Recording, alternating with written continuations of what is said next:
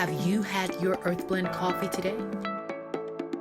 At Earth Blend Coffee, we take pride in offering you the very best of beans across the world, blended and roasted to perfection, giving you superior quality and satisfying and flavorful taste. Experience the world in one cup with Earth Blend Coffee. To order, visit earthblendcoffee.co now.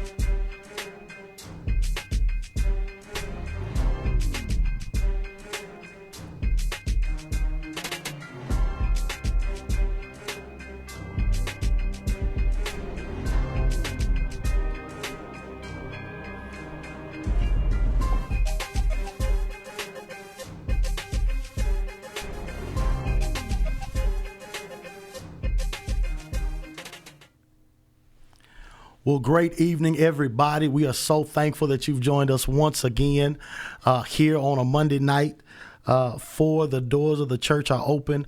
I am so ecstatic tonight to have my guest in the house. And as you can see, it's not Pastor Phillips this time, but this is an amazing preacher, colleague, friend of mine, who I am so glad that we finally gotten an opportunity to do something like this. We've been trying for a few months in one way or another, but I'm grateful, and I want to present and introduce our co-host, special guest co-host for tonight, Pastor C.J. Rhodes, pastor of the historic Mount Helm Baptist Church here in the city of Jackson. Welcome, Pastor Rhodes, to the doors of the church are open. Thank you so much, brother, and glad to be here tonight.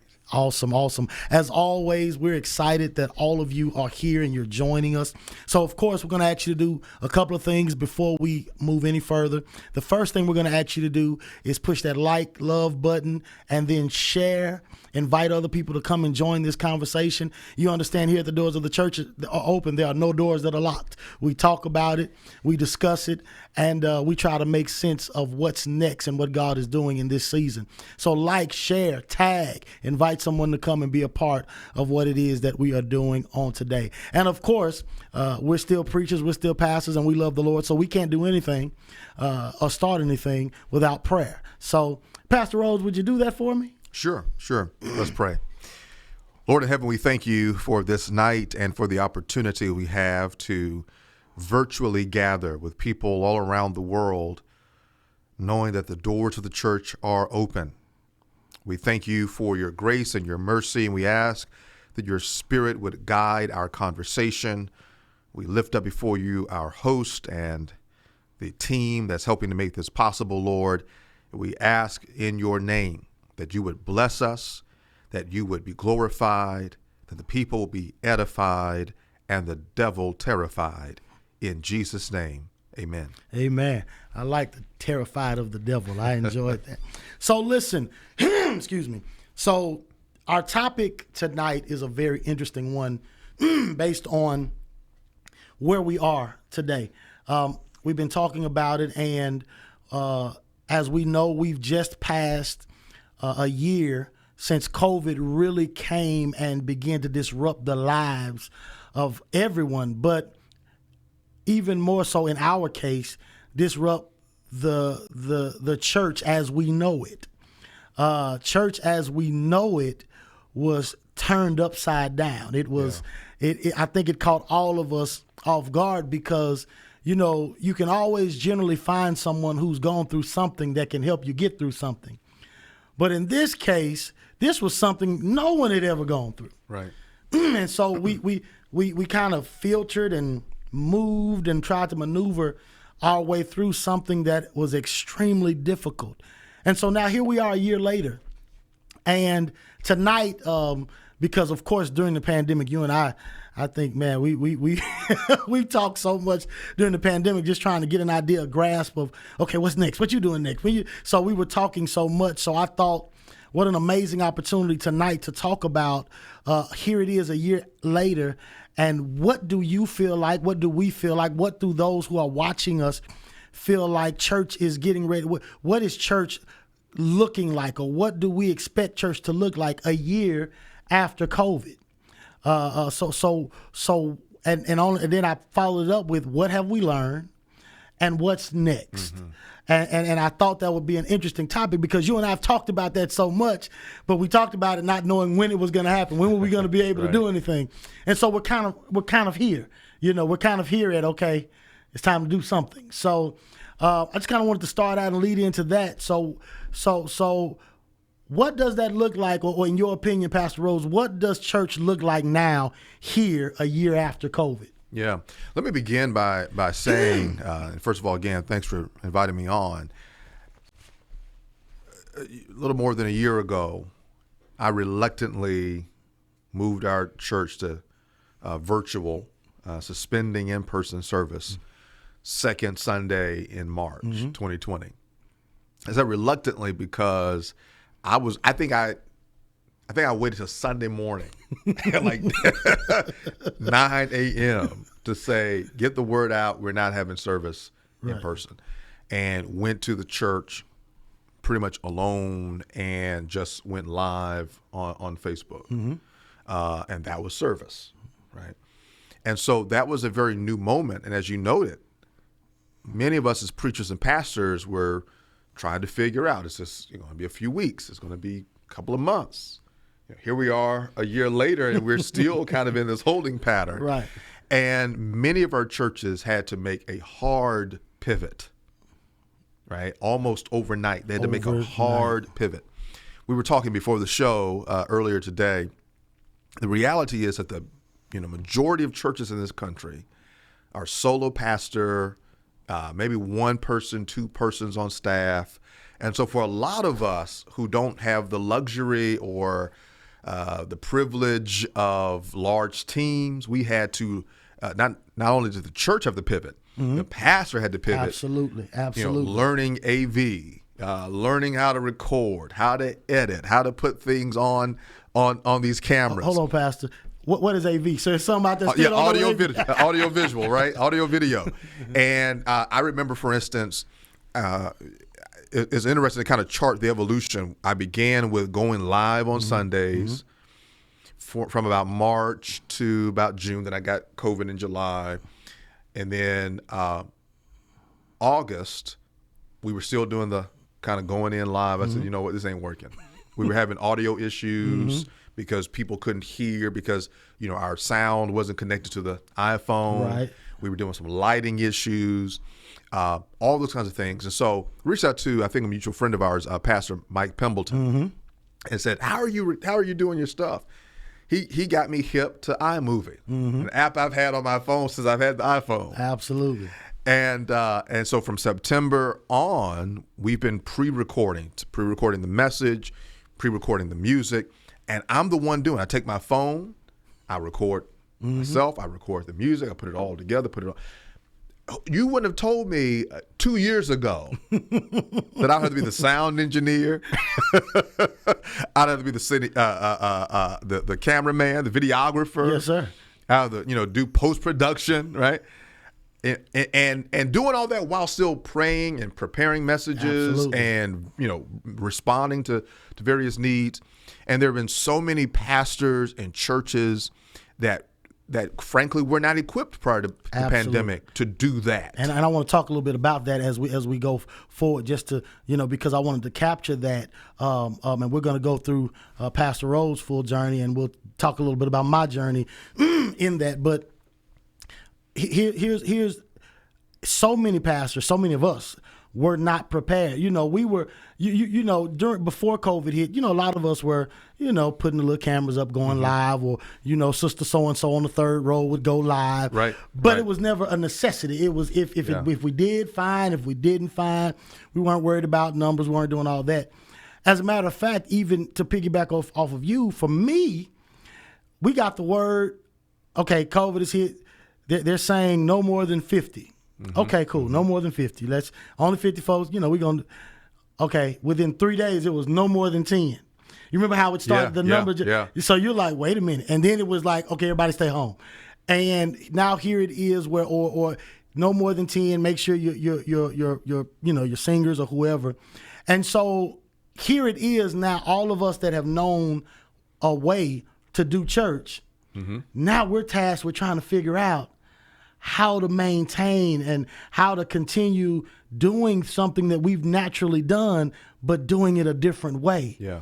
And it's one thing to not really focus, because, a lot of our senior pastors and other pastors, they was never worried about all this technology and all, until it became a point to where if you don't have it, you about to lose everything. Right. You're about to not be able to be in touch with your members and all these other things. And so now here it is, we're starting in March. And, March, if you're me, and you can jump back in here, in March, my thought was, oh, this will last a month. We'll you remember conversations, oh, yeah, we'll go back in, next month. They'll get this on.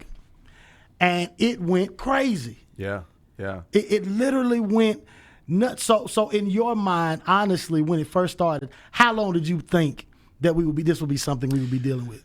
Oh, wow, that's a good question. I assumed that we would probably be into the fall. So I did think that kind of the holding pattern would take us through like July, August, something like that. But also week by week, let's remember we were seeing all the craziness at the political level. Right, exactly. Yeah. So that was the other thing. So every time you think it could get better, something would happen. And now it's going to be worse. But you said something I want to bear out, that prior to COVID, many of us tried to put forth the best effort for the Sunday morning event, or for our 7-day friends Saturday event, right? And for a lot of folks, you didn't want to put too much investment in online because you wanted folks in the pews. Absolutely. Because if you gave folks an excuse to watch you from home, you were like, well, they ain't coming. That's right? it. Let's be honest. And we know Negroes, right? We know church absolutely. folks. And so for a lot of folk, there was a hope that we would get back in, because it was like, we know how to do this. We know how to do Sunday morning. We know how to get the music right, all this in the house. But it's a whole different thing for outside the house. The other thing is that you had friends who actually were streaming and whatnot, but they began to recognize that the streaming that they once had, which was basically streaming an in-person service, exactly, no longer worked when the pews were empty. There's nobody. So now they got to figure out, now how do we do this? Because ain't nobody in the house. Right. And so now you're trying to learn, maybe we should go off site and do these new. So, but I don't think, here's the thing, even though I believe we would have been in the fall or so still dealing with COVID, I don't think I was ready for, and I don't think many pastors were ready for, the kind of emotional and energetic toll. Absolutely. That trying to lead through the pandemic absolutely would have. Absolutely. We truly worked harder than we've worked before, and we worked hard before the pandemic. Absolutely.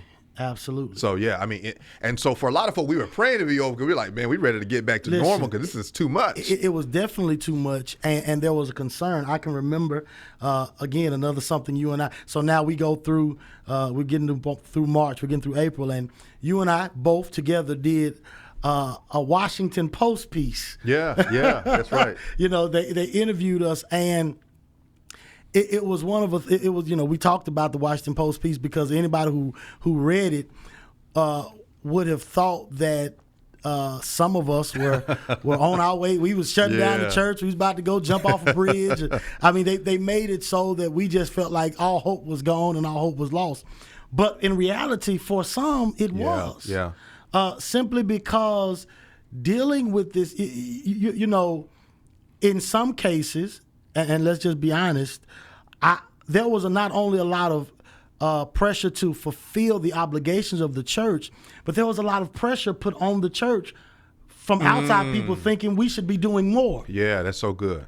And let me go. So the Washington Post article that a few of us were in, I think you're right, did not fully represent the actual conversation we had with the reporter. Exactly. She made it like, oh, we about to close the doors forever in 2 weeks. And no, that's not quite what we said. Right. That's not quite what we said. But to your point, there have been churches. Yes. I don't know how many, per capita, but a lot of churches that have closed. Yes. A lot of churches that are holding on a wing and a prayer. And let's face it, some of the reasons why some churches did not go to virtual is because they felt they needed people in the pews. Absolutely. I actually talked to a pastor friend up, I think, in north east Mississippi, who said he wanted to do virtual. He started doing that. I think the parking lot thing. He said their folk just weren't going to give unless they were in the building. Absolutely. I was like, say what? Absolutely. They said they're going to hold on to their money until they get back into the building. Absolutely. So of course he's probably hoping, please let this thing lift up by June. Yes. 2020. Because we ain't gonna make it. We ain't gonna make it. And so because even in our church context, we were doing online giving before the pandemic, and we had to increase that. And thankfully, we did a lot better, actually, than we would have. But we had some folk who just weren't going to do online. Absolutely. And they still not doing online. Absolutely. They're going to mail that check. They're going to drop it off. Mail it. You hear me? Did y'all get my check? Cash App. What's that? That's right. I mean, we even have certain dialogues and debates now about, the service fee that you got to take off of, Breeze or Givelify and all that kind of stuff. So you had some churches that really did go through a very difficult time. And not to jump too far ahead and not to get you in trouble, but the other thing that the pandemic bore out was whether or not our denominational connections mattered enough, because when pastors were trying to navigate this pandemic, they couldn't always look to their denominational leadership, be it at the local, state, or national level. And so now they're like, we've given money to these organizations, but now we're in time of need. You worried about getting me in trouble? I'm the one. You worried about getting me? But that's a whole conversation. I'm ready to have. And that has been across the. People were trying to figure out that, and then of course what you said too. On top of that, people saying the church ought to be doing more. Absolutely. when churches were trying to figure out how to navigate this just like everybody else. So it was a whole lot really quickly. Whole lot. And a lot of folk it took them a little while to get their sea legs under them. And it's a reality. I need everybody that's watching and listening, and I know everybody has an opinion and everybody has. And listen, one more time, welcome to the doors of the church are open for those of you that are just joining in. Pastor J.R.D. Stuckey with my guest co-host tonight, Pastor C.J. Rose, pastor of the Mount Helm Church here in Jackson, and we're talking about ministry, church a year after the COVID pandemic, what we learned and what's next. And so please be interactive. Talk to us. I'm looking down every now and then to see what y'all saying. Thank you, Lady Felder. She's on there. Some of the rest of y'all that are watching, join in here. Let us know where you're from. Say hey to us. Let us know where you're watching us from. Quit being quiet. We don't need a quiet church tonight. But the truth of the matter is, and I want to go back to that, because I saw, like you said, you already have pastors who are trying to figure it out. You already have pastors who are up at night still trying to figure out how to stay connected with their members. Listen, not every church got 5,000 members. Not every church has 400 members. Right. And because the 5,000 member church was able to go feed 1,000 people, there was an expectation that every church should be doing this type of a thing, when there were some churches in that moment struggling to figure out how they was going to pay the lights and struggling to figure out, because folks weren't coming and folks weren't giving. And you may have been that pastor who, if the folks ain't there, they just ain't giving, they not sending. And so there was just this thought that the church ain't doing enough, when they didn't realize that every Sunday a church was closing their doors and saying that there are actually churches right now, Pastor Rhodes, that have still not met in over a year. Yeah. Thank God they had the building paid off, but they hadn't been inside the building in over a year. I know, especially some in our rural areas, Right. I know of some. And so, like you said, so now here it is, we're in the middle of a pandemic, something we don't understand. You know, somebody coughed twice, we running, we nervous. You know, coughing is fighting words nowadays. You cough, you about to get in a fight. So now you, you know, we're in this weird space, this weird time. And so now, in your navigation through the journey, you're catching all this flack from outside voices. And so it became a moment, and here's why I want to go to this next place. It became a moment where for the first time, pastors had to be real about the mental illness factor. It became overwhelming. Yeah. And you know, a lot of preachers and pastors don't want to talk about that aspect of ministry, but some pastors had to go talk to somebody, and I don't mean other pastors. Right. Yeah, and so to the one of the other points you made, thank God for all the different sizes and styles and flavors of churches. But you're right. I think it was a toll on everybody, but it was definitely a toll on those churches that had limited staff, limited resources. And one of the things that we don't think about also is that churches that are in particular places where there isn't fiber, where there's a major digital divide. Absolutely. Where if they wanted to go online, they really couldn't. So we failed to think about the fact that there were some churches that had to meet in person or decided not to, but couldn't do anything else. Yeah. And so think about the weight that has, especially on a pastor who loves the people. Man. On deacons and trustees Man. who love that community. Man. And you can't see folk, you can't visit folk Man. in the hospital, you can't have a traditional funeral, right? Right. And that was big for a lot of people, man. And I mean, and what we saw for a lot of, and of course, it's for, every church member probably had these issues as well, but I'm talking as, pastor to pastor. One of the first times that pastors had to be publicly vulnerable in ways, because we're often, let's face it, in many of our black church traditions, we talk about not putting the man of God on the pedestal, but people do, right? The woman of God. Yeah.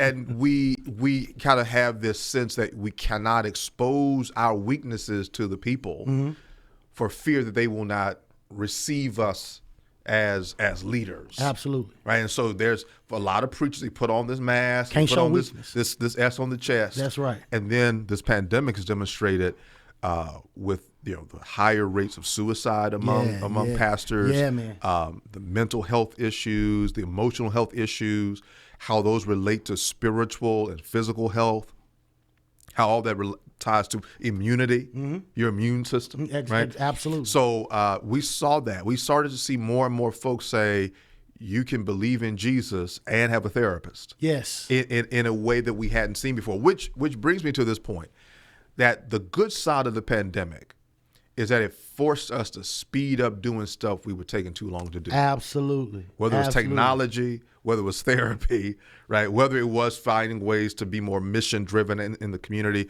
There were so many things that we kind of, in some churches, kept tabling. We would have a meeting about it, then we would vote to say we'll talk about it next meeting.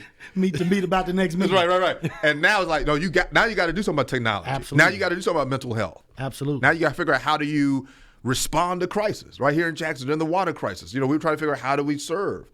Well, a lot of times if a church has a kind of disaster plan, it won't be as stressful. Maybe that, prayerfully we never go through this again. But now we've learned some things about how to pivot in a pandemic. Absolutely. This is the first time, but this is the first time we never went through this. Never.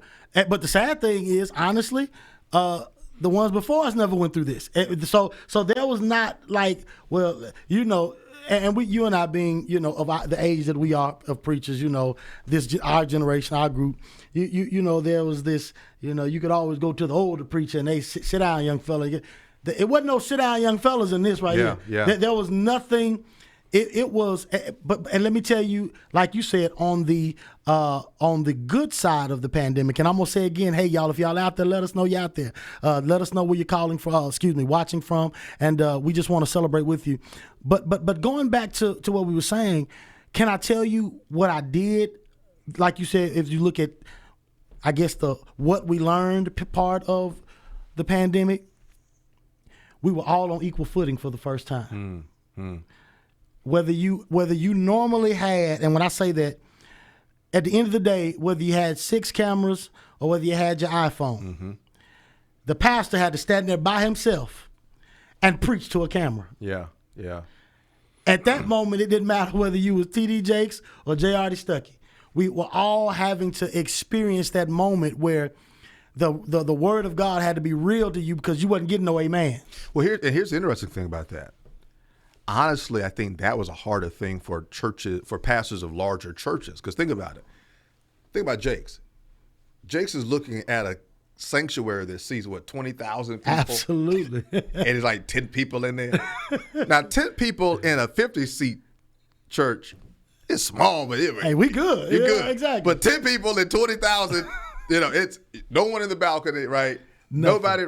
And now, thankfully, Jakes wrenched back to his West Virginia roots. Right. But I've heard from a lot of my colleagues who are quote-unquote megachurch pastors, they said, man, it was rough. Absolutely. Because, and think about it, especially in some of our traditions as pastors that are used to hearing the public affirmation, the hand claps, the amens, especially Stuckey, you know, you're going to tell folks to turn and touch a neighbor 20 times, you know. Well, you can't do that. And even for, you know, most of us, we are, if you want to call it this, energy-driven preachers. There's something about, I don't care how well you planned, you're prepared, there's something that happens in an atmosphere with people in it who are expecting the word to come forth. Absolutely. And when all that's gone, and it's just you and 10 cameras or 1 camera. Absolutely. It's an adjustment. It's an adjustment. It's not only because, again, even the Bible speaks to us about the gathering together of belief. So it's always been a thing of that's what we do. We gather. That, you know, even some of the songs, you know, the songs that we sing are songs about fellowshipping and being together. And so now, as you said, even you forgot in most cases you were the AV guy, the post-production guy. In a lot of cases, you was your praise and worship leader. Because now you got to sing the song, you got to read the scripture, and so now, you know, it got to the point, and I'll just speak for me. It got to the point to where I would watch my live with my, you know, because I wasn't doing it, so I had a camera, but I'd be on the live because I'm looking, and I'm like, I can't get an amen. Give me a heart. Give me something. You know, give me something. Right. We were desperate for some form of engagement, at that point. And well, then the other thing too, particularly for those of us who have smaller staffs or no staffs, and I talked about, you know, recording. You know, one of the things I have to be honest about is, for me, it's a lot of work to put all that together. Absolutely, it's already, you already got to prepare the message itself. Then you got to put it all together, and sometimes you kind of like, y'all gonna come in and watch?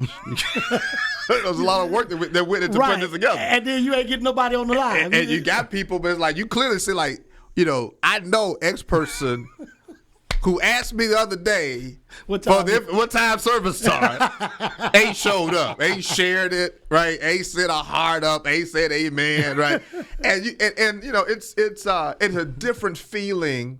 And I know this sounds sort of, I don't know, ego driven, but it's a different feeling than when you're in the sanctuary, you get to hug folk, you get to talk to folk, you know sister so-and-so sits on the fourth pew, wasn't there, so you give her a call. Absolutely. But you don't quite know who, for instance, you know who's on the live, you don't know who goes back and watches the replay. Absolutely. So you be like, well, you weren't in service. Yes, I was. I just came late. And you ain't seen me. Yeah, absolutely. Yeah, So imagine how those things became important. Because I don't care who you are, and pastor, you can sit there and you can act like this don't apply to you if you want to. But all of us, by Sunday evening, was going back looking at that live to see what our numbers look like. Right. I listen, because I got some pastors watching me talking about, I wasn't studying. Yes, you were. Stop that. Yeah, we will all do that by Sunday night. Yeah. Because that gave folk time to go back because we wanted to know who was engaged. But here's the other thing. This other thing about the technology piece that screws a lot of us over. Algorithms. So at least you know any given Sunday in person, there's not a lot of variation. Absolutely. You know you're going to have a general, except for you kind of can plan for your algorithm is JSU football or Alcorn football or spring break. Right.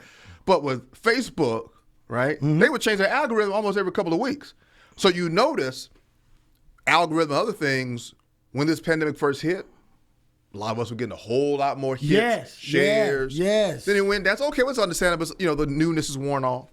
But then you start recognizing, like, for instance, Facebook went from making a lot of attention be on your personal profile to now groups. Right. Absolutely. Right. They shifted it. Yeah. So now it's like if you ain't sharing it in the group, it's not going to get as many eyeballs. Have you noticed, for instance, if you go live on your personal page now, you're going to get a fraction of the live views you would have gotten before. So as you're at the whim of Facebook, you're at the whim of YouTube, you're at the whim of Vimeo. And that made it tough too, because you could do all the stuff the experts tell you to do, but then 2 weeks later, Facebook's, we're going to do something else. And they knew that. Let's make no mistake about it. These platforms that knew we needed them, knew we needed them. That's right. And just like everything else, they were going to do things to make us subject to them. That's right.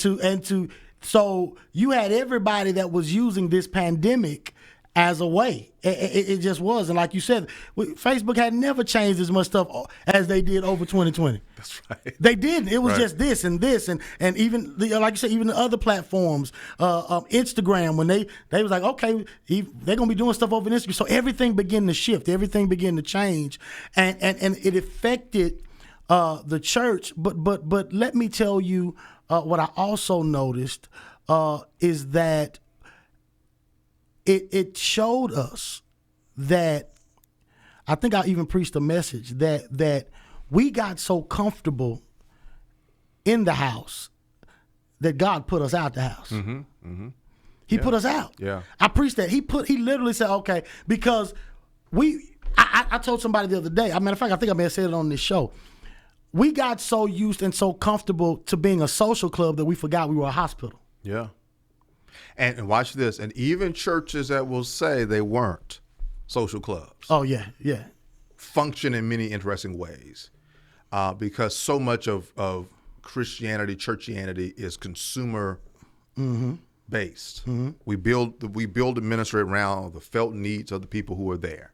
So we do ministry to make them feel good, right? Think about the kinds of the attention we give to outside the building kind of ministry. Come on. Yeah. The amount of look at your church budgets, right? How much of your money generally will go to missions outside the four walls of the church, not just for giveaways around Thanksgiving and Christmas. Exactly. Right? So there were ways in which now, you're right, which I think is a good thing, that this pandemic forced us to reimagine. Yes, the building is important. It is. Yes, there's something in how it helps us facilitate gathering and fellowshipping, and worship, and et cetera. But there was, let's be honest, there is a certain degree of building worship. Not the worship of the one for whom we gather in the building, but the building itself. Preacher. Listen, and one more time, for those of you that are just joining, welcome to The Doors of the Church Are Open. I'm Pastor J.R.D. Stuckey, your host, with my special guest co-host tonight, the Pastor C.J. Rose, pastor of the Mount Helm Baptist Church here in the city of Jackson. And tonight we are just talking about where we are as a church, as a body of believers a year after COVID, what we learned and what's next. And Pastor, you brought up something very interesting, because here it is. You're right. And a lot of people would get offended when we say church had become a social club. But seriously, it had gotten to the point, and to go back to what you said about building, I had a situation years ago. A lady was, and I appreciated her honesty. She said, we were in a situation where we were in transition. And we were in a storefront. And she said to me, she said, I love the ministry.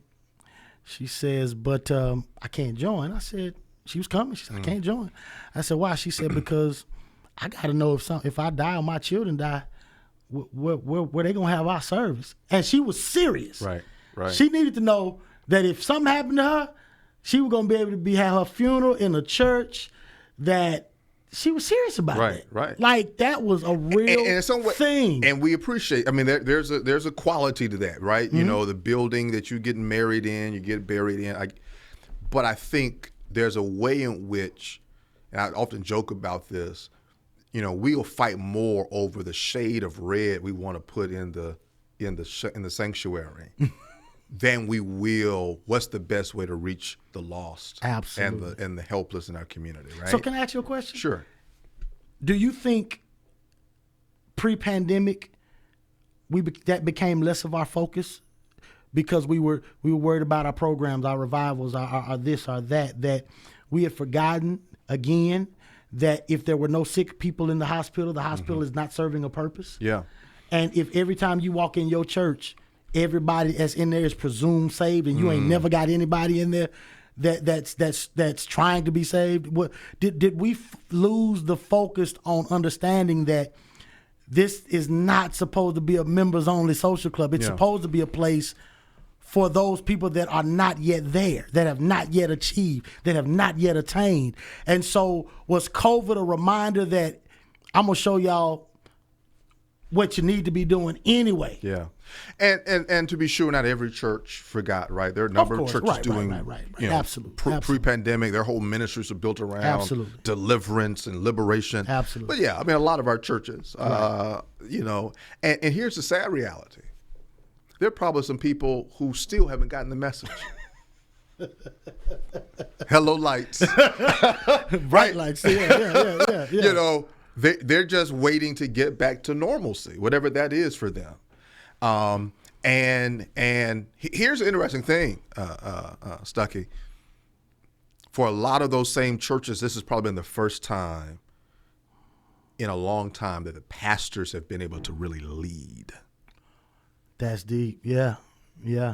Because it wasn't all this micromanagement. And again, I think there need to be guardrails, all that. Absolutely. But there are things that matter more than just the soloist singing the song I like.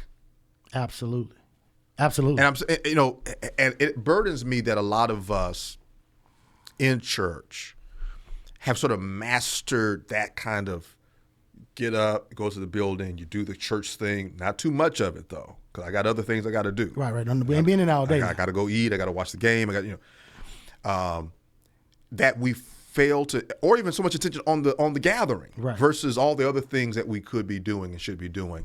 The ways in which our buildings, be they the sanctuaries or the annexes, our family life centers, a lot of them don't do a lot during the week. Absolutely.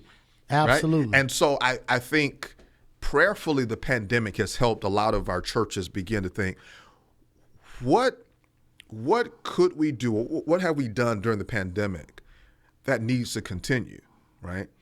That helps us reimagine what it means to be a missionary people, what it means to be a people that serves people, a people that responds to mental illness or whatever it is. And I don't think every church can do everything. Absolutely. But each church can do its one or more things with great fervor.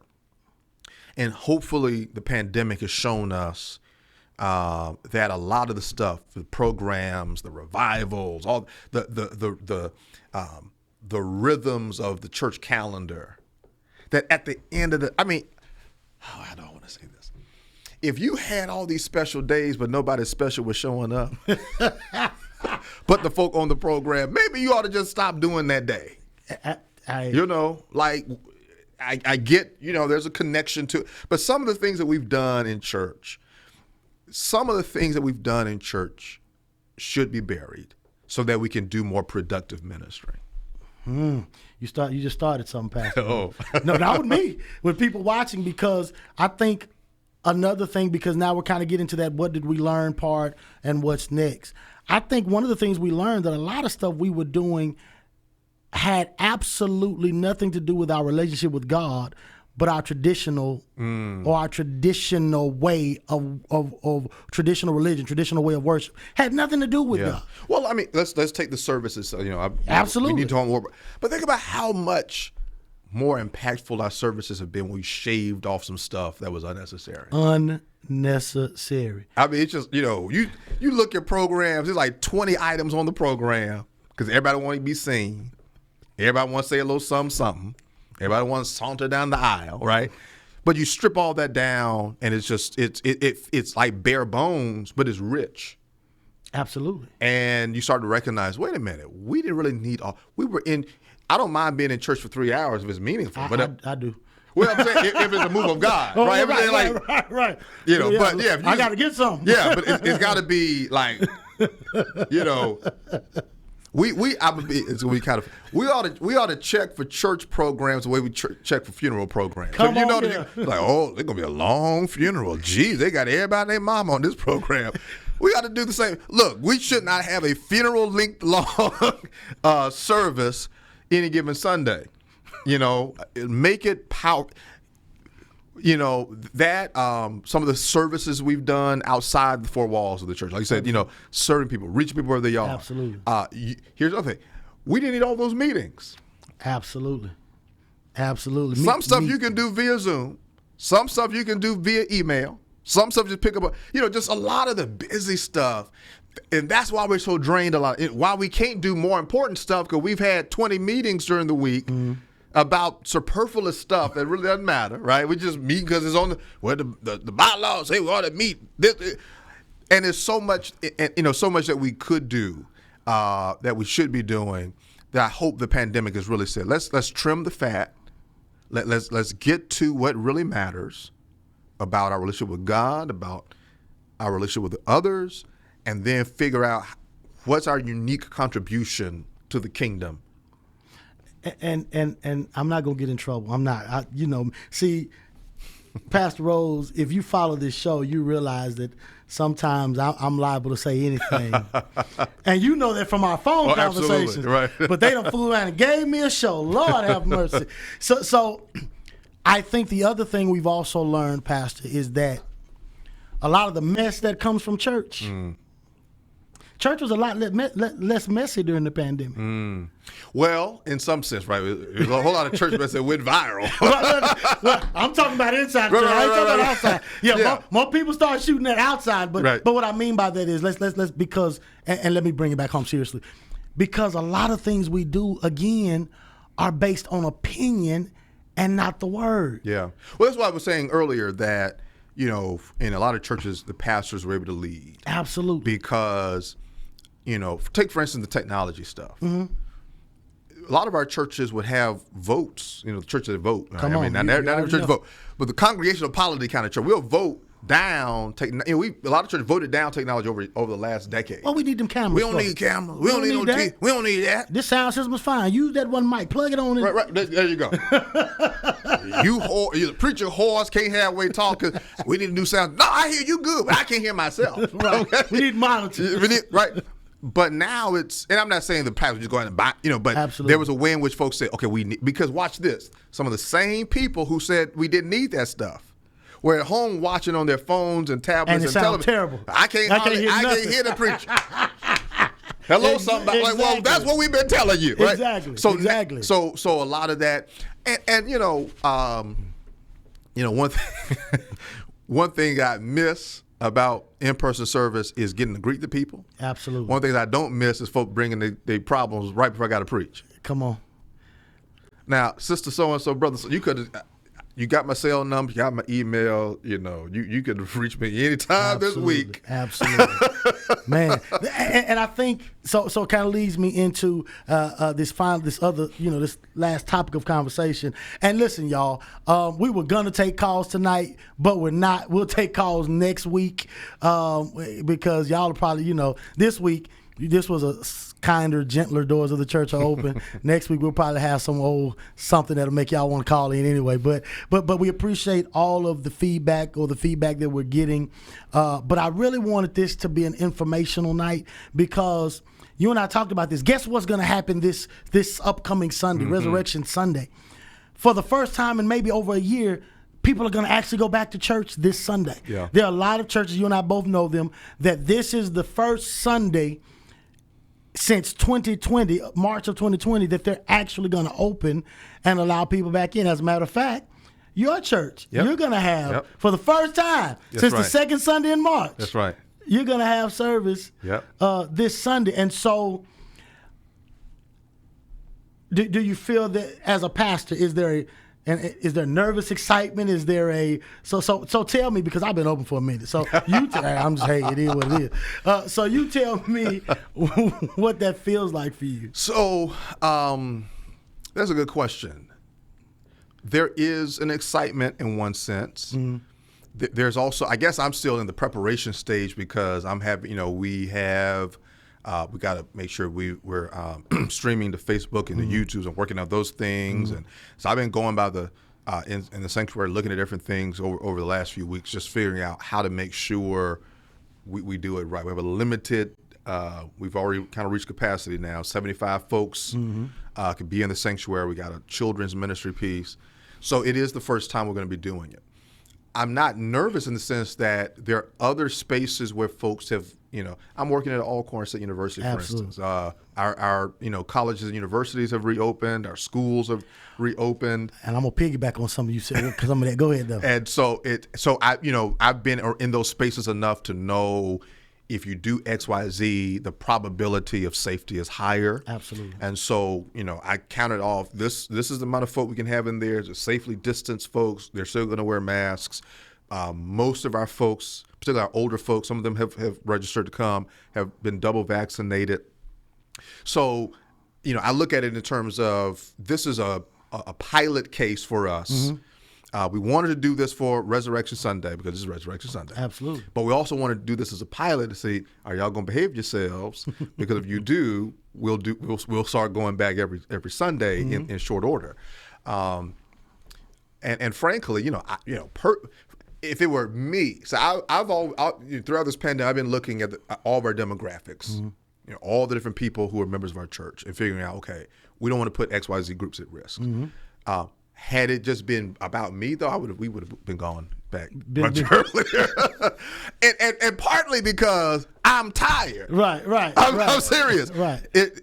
I have to do all this stuff 2 or 3 days earlier. Absolutely. Right. In addition to the commuting and all that. So for me to know I get to preach on Sunday and not have to preach on Friday to record or Saturday to record is exciting. I'm excited to see.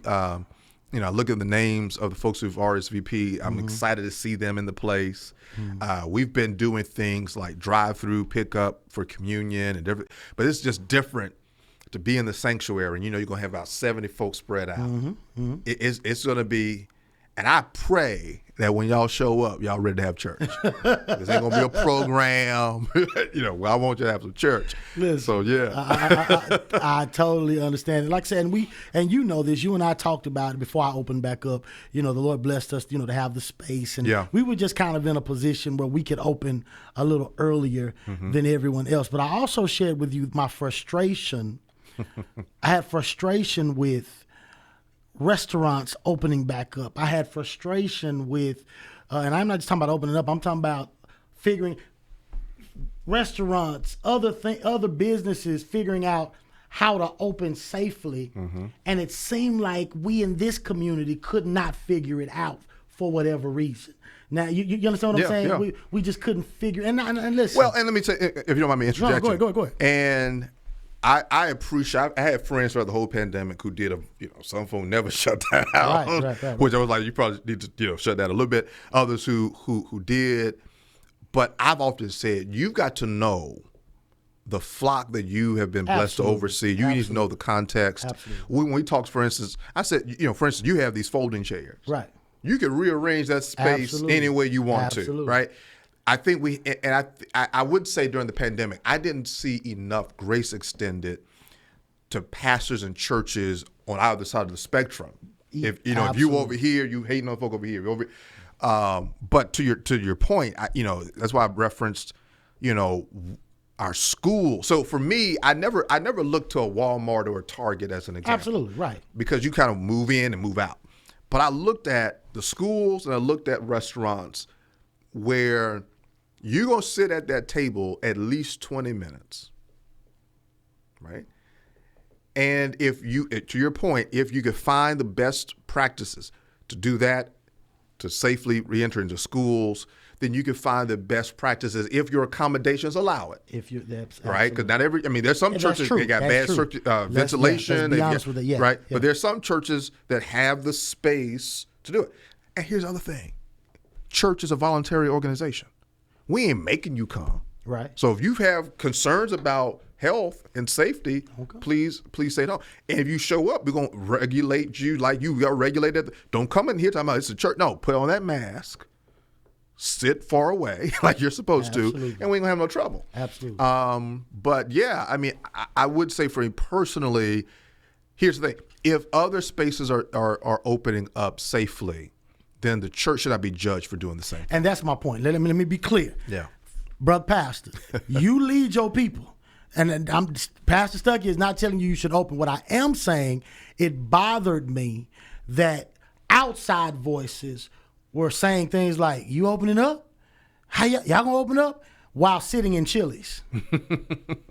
You understand what I'm saying? Right. Like you asking, y'all back in church? You back in Chili's? I mean, come on, that was my only issue. Right. And that's what I'm saying. I'm glad you helped me form that. I was not talking about the discretion of the pastors, because you lead how God tells you to lead. Right. My issue was with, I'm going to football. My boy playing football Friday night. You gonna come to church? Church? Whoa, no, I ain't coming. You understand? That was my issue during the whole point.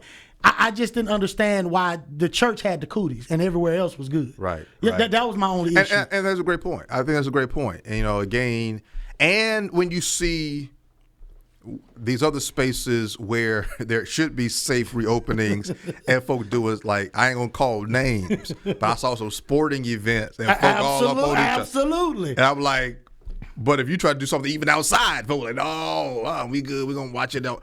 And again, one of the things I said to our folk, if the reason why we're going to, even beyond the pandemic, continue to stream is because we recognize some people, there are a number of reasons why people are going to be at home. Absolutely. Right? Absolutely. But I think we're at that point for a larger share of churches to begin to think about what does safe entry, reentry look like.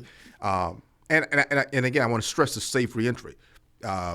We don't play Russian roulette with people's lives. Absolutely not. So, if it's mask wearing, if it's putting in plexiglass, if it's having ventilation stuff, if it's, using various kinds of machines to fog the place, there are a number of things that could be done to make things safer, right? Absolutely. That churches that have the human resource, the financial resource to do. And again, there is a discretion to each church. But yeah, people are going to a whole bunch of places, especially places they get checks and or give money to. Listen. that we shouldn't disparage a church if they're trying to abide by those absolutely regulations. I was one of the ones who would publicly say, I will never talk about, condemn a pastor that opened. I will never condemn or talk about a pastor that didn't. My issue came from the outside voices that were trying to control the narrative. control the narrative, saying, "Oh, there was a breakout over at this church over here," and so now all churches were lumped in that. Well, but what they didn't tell you was that church that they said you don't have to wear masks. We ain't spreading out. That was that church. Right. You're not talking about the churches that are mandating masks, that are mandating social distance, that are being very careful. You want to lump us all in together. Right. But again, like you said, I was at the football games. so if I'm gonna go to the football game because my boy was trying to play, which by the way, even in that, my son got COVID from the football team. They didn't shut that down. Yeah, absolutely. Or they quarantine. I mean, and so again, Exactly. and again, please don't hear me say that I'm just out here saying y'all just do whatever you want to do willy nilly. I mean, you prayerfully take the right, because you could be precautious outside of those kinds of settings and things happen, right? But what you just said made me think about. I think one of the things that the pandemic should have given a lot more pastors and church leaders is thicker skin, a harder head, Yeah. and a tougher behind, right? Because you weren't just getting stuff from, your own church community. You were getting stuff from people who are not necessarily part of churches, sort of demeaning churches for any number of things, whether it's how they serve the community, why they, And I just came to I was talking to a pastor friend in the city, and that pastor was saying that you basically have come to learn that whatever you do is going to be talked about. Absolutely. Did you do enough? Did you do too much? All this kind of stuff. And so I've learned, like, with what we have as a church, there were certain things we could do, certain things we couldn't do, and I had to base those things off of that data. I couldn't compare myself to friends down the street who were doing something else, because I knew what we had and what we didn't have, and I had to make sure I wasn't concerned about social media or whatever saying stuff that was actually a lot of times inaccurate anyway. Very much so inaccurate. We got about 7 minutes before we got to roll out. Again, we want to thank all of you for being here. Thank you for your participation. I'm excited. I need you to know this will not be Pastor Rowe's last time on the Doors of the Church Open. We gave him light doors. We're going to bring him back when we got some major doors we want to open. Ain't no locked doors around here. But listen, as you and I both, and I kind of want to end this segment here, as a pastor yourself who went through COVID, did not get COVID from the church. As a pastor myself who went through COVID, did not get COVID from the church. However, surviving it as you did and I did, and us both knowing so many that did not. What kind of perspective from the pastoral standpoint, and I'm not talking about the pastoral standpoint of a preacher, but as that personal, how you view what you're going to do in your response to the appreciation you'll have now for just being able to be here and do what you love to do, as a pastor who, again, survived COVID, went through COVID, you in July, me in November. And I'll tell anybody, I'll be the first to testify. Listen, I got COVID fat and came out of COVID smaller.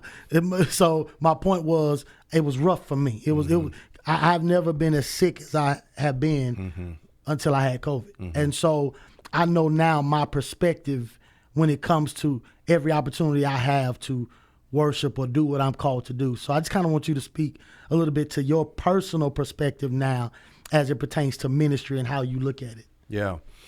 So first of all, the impact of losing friends, to COVID around the country and here in Mississippi, or people who I knew very well, whose presence, real in-person presence will no longer be felt, was powerful.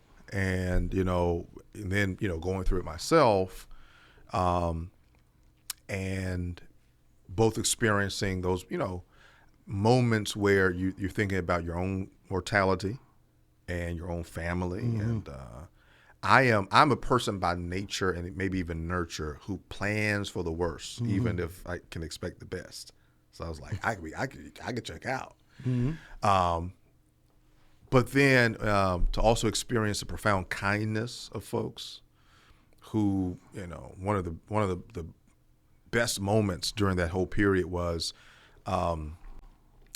a young preacher organized a prayer vigil for me on the phone, and I was just blown away by that. I mean, didn't ask him to do it. Brother Harvey did, and so that profundity of knowing the impact my life has had on others that I didn't even know was great, that great. It does a couple of things. One, I think once you survive something like that and live to tell the story, and because I'm almost 40, I'll be 39 in May, it makes you care less about chatter and focus more on calling. It just makes you, whether you're talking about pastoral ministry and just some of the petty crap that you got, or broader.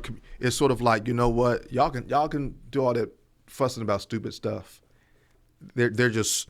It's kind of like the water crisis. One of the things I reflected on that was, when you go through a moment when you recognize just how precious water is, you should never want to not know how precious it is. Absolutely. And so you come to that point where you got friends who either died or were so bad off with it, you ought to treat life not as a trivial thing. And I would say this, having survived COVID, but also just going through the whole pandemic, it really made me look at the places I've played small and the places where I said, I'm not going to play small anymore. Exactly. Because you just always like, well, I don't want to offend anybody. I don't want anybody to think, it's like you can do all you can to make them not think that way, but how they think or what they think doesn't really matter. What matters is you fulfilling the call of God on your life. Absolutely. And I think for me, the whole pandemic period, I had a burst of imagination and vision November, December for the church, for other things. And it was just like, this is, I see with greater clarity what I'm supposed to be doing. And I didn't know before, but it just, Absolutely. You had that moment. It's like, Absolutely. I could have been gone. Not knowing will listen. I'm not you just wait till you're 50. I may not be here at 50. Right. So you do, you don't overwork yourself, but you also do, you work while it's yet day, for the night is coming when no one can work. Absolutely. And I'm 43. Here it is, 3-4 years difference with us. So the fact of the matter is, at 43 years old, and you feel like an elephant sitting on your chest. You're fighting to breathe. You don't, and you really don't. Am I going to wake up in the morning? Because you hear stories of those who didn't, and they're going, and they died from what you're going through at that moment. You understand? I mean, I'm waking up every now and again, scrolling through, and there's another friend who's passed. Exactly. And so younger than me. And that was the thing about COVID. It was almost like an equal opportunity offender. Absolutely. Some folks were younger, some folks were older, some folks were fatter, some folks were skinnier. Absolutely. It did not matter. You just don't know. It just didn't matter. Yeah. And so coming off from that, I feel the same way. And that's why even with this show, the days where we can stand behind a pulpit and play perfect are over. Those days are over. People need to know, as I often say, pastors are imperfect people preaching about a perfect God. But yet, we got to be very, very passionate about our call and know that I don't know why he chose me. He could have chose who he won't, but he chose us for this task. And so I definitely now have a more stronger passion to do what God is called to do. And I am too, like you, less worried about who don't like me and who, all that stuff don't even much. So every opportunity we get, we want to make a difference and a real difference and help the people and bless the people. That's why this platform is important to me, because we're here to talk about things that we weren't talking about when it came to church. We just weren't. We weren't talking about preachers and Christians still needing therapists and it being okay. We weren't talking about problems in the church. We weren't talking about cannibalism in the pulpit. We weren't talking about all those things. And so that's why I feel like God has opened this door and the doors of the church for us to be able to come. And if we can just be a blessing to people, if we can encourage somebody to let you know it ain't over, we've been through some things, we survived it, and God is still able to do some other things. That's what the whole purpose of this platform is. And so thank you, Pastor Rhodes. Thank you. You listen, you gonna hopefully your schedule going to allow you to come back and hang out with us and have a few other topics. And we want to just thank everybody that was watching tonight. Listen, if you have not liked the Facebook page, We Believe Digital, go ahead and do that, like, so that you'll get an alert whenever we or any other of the shows are on. Want to give a shout out to our awesome production team, Brother Cedric, Sister Tanya, and always Mr. Garrett, who is providing this platform. And so we're just grateful, man, and we're thankful. And we appreciate you again, Pastor Rose. And go ahead and tell them where they can find you on this Sunday morning, or how they can reach you, or all that other stuff. We like to end giving shout outs. I mean, giving information about your church, where you pastor, and all that other kind of stuff. So let them know. Sure. Well, again, it was a pleasure to be here. Pastor of Mount Helm Baptist Church, 300 East Church Street. We're pretty much at capacity for our Sunday morning service, but you can watch us on our Facebook page, Mount Helm BC, or YouTube channel, Mount Helm Baptist Church. And our service this Sunday will be at 10:30 a.m. And you can catch us any other Sunday on those platforms as well. You can follow me at CJ Rhodes DMin, DMIN, on Facebook, Rev Rhodes on Twitter and Instagram. Yeah, he does all that. And again, it's me, Pastor J.R.D. Stuckey. I am the proud pastor of the Church of Restoration, 2650 Belvedere Drive in the city of Jackson. Listen, if you follow me at J.R.D. Pastor Stuckey on Facebook. I don't even remember what my Instagram is, but it's all good. But follow us and listen.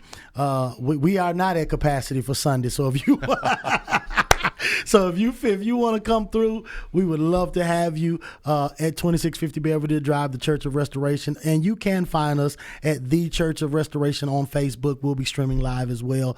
But also want to let you know we're going to have some amazing announcements coming up from here. But I will just end by this, saying everybody put May 15th on your calendar, May 15th at 6 o'clock. Myself, for those that don't know, I have a community choir. Myself and my community choir, Voices of Restoration, we will be doing our live recording and videotaping at the New Horizon Church International. Pastor Rhodes, I'm expecting him to be in the house on the front row. So listen, but we appreciate everybody. We thank you so much. Listen, we look forward to seeing all of you here next Monday night at 7:30. Pastor J.T. Phillips will be back in the house riding with me, and we'll have maybe some more exciting guests. Definitely have an exciting topic, and we thank you again. Now join us next week where the doors of the church are always open. Have a blessed one. Bless you.